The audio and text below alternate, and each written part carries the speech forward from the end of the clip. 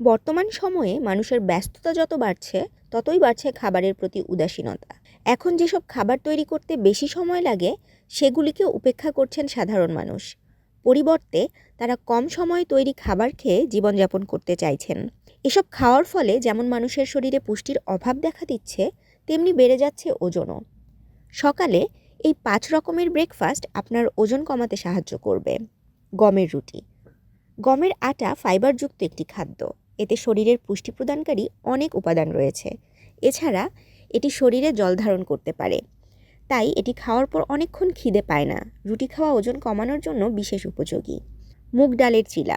সকালে উঠে মুগ ডালের চিলা খেলে অনেকক্ষণ খিদে পায় না, তাই এটি ওজন কমানোর জন্য উপাদেয় বলা যেতে পারে। ইডলি।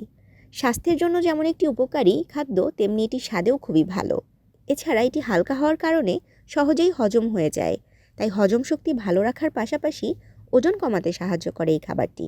ওটসের খিচুড়ি। ওজন কমানোর যাত্রায় সবথেকে ভালো একটি উপাদান হলো ওটস। বিভিন্ন সবজি এবং ডাল দিয়ে আপনি ওটসের খিচুড়ি বানিয়ে খেতে পারেন। এটি পুষ্টিকর হওয়ার পাশাপাশি ভারী খাবার, তাই অনেকক্ষণ খিদে দূর করে রাখে।